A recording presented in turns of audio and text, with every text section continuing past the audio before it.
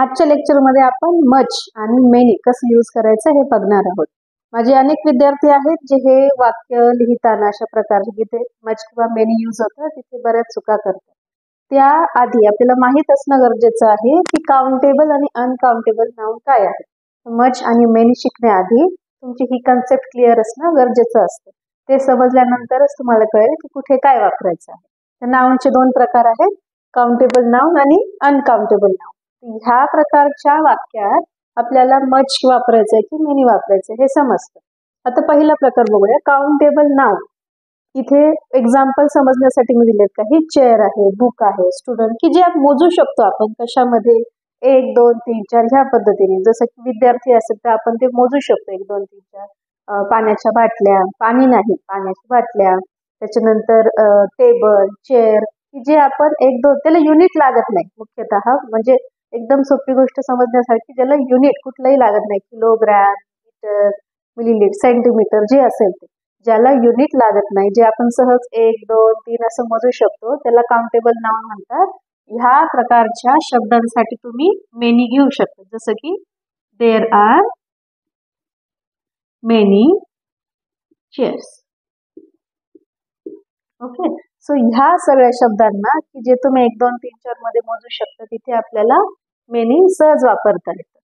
त्यानंतर आपण जसं की झाडं असतील, देर are many trees, there are many kids, there are many employees. तर ह्या पद्धतीच्या शब्दांसाठी आपण मेनी घेऊ शकतो.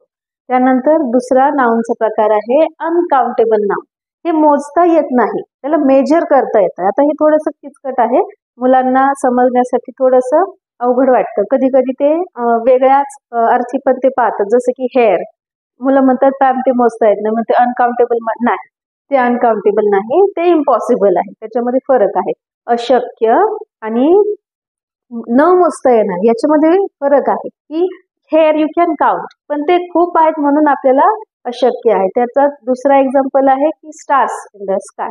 सो तारे जे आहेत किंवा सगळे ग्रहमाला म्हणा किंवा सगळ्या आपल्या गॅलेक्सीमध्ये असलेले तारे, तर ते पण त्यांना वाटतं की ते पण अनकाउंटेबल आहे. नाही, ते ही काय आहे, इम्पॉसिबल आहे. तर अनकाउंटेबल म्हणजे काय, की जे तुम्ही 1 2 3 4 मध्ये मोजू शकत नाही. जसं की आपल्याला पाणी हवं असेल तर आपण म्हणतो मला थोडं पाणी हवं आहे, ते मोजू नाही शकत आपण. असं नाही म्हणत मला 1 पाणी किंवा 2 पाणी, नाही. जिथे आपल्याला 1 2 हे नाही यूज करतायत ते सांगण्यासाठी काहीतरी आपल्याला युनिट ची गरज पडते, त्याला आपण म्हणूया uncountable noun. You can say that the noun which you can count like 1 2 3, and in this you can say the noun which you can measure.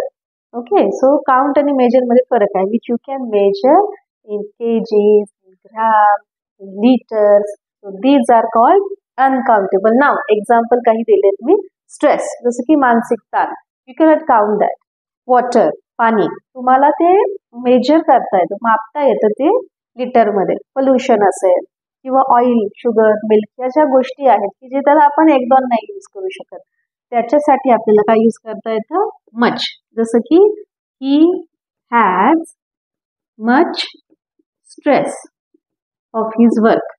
He has much stress. Pollution घेऊया, there is much pollution in Delhi, something like that, की दिल्लीमध्ये खूप प्रदूषण आहे.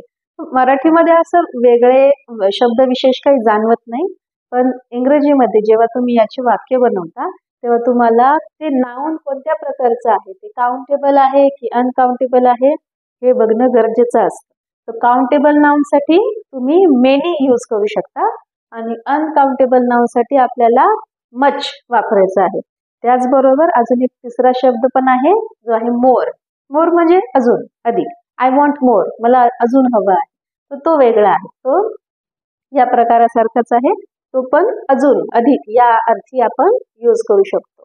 Okay, so I hope you understood the concept. पुढच्या लेक्चरमध्ये भेटूया. तोपर्यंत तुम्हाला ग्रामर रिगार्डिंग काही डाऊट असतील किंवा हा स्पेसिफिक चॅप्टर किंवा हा स्पेसिफिक ग्रामरचा कन्सेप्ट घ्या असं काही असेल तर मला कमेंट सेक्शन मध्ये नक्की कळवा.